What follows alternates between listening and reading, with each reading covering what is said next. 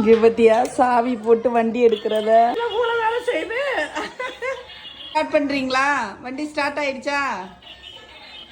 Start பண்ணுங்க வண்டி போட்டு. வா வா வா ஸ்டார்ட் ஆயிடுச்சு.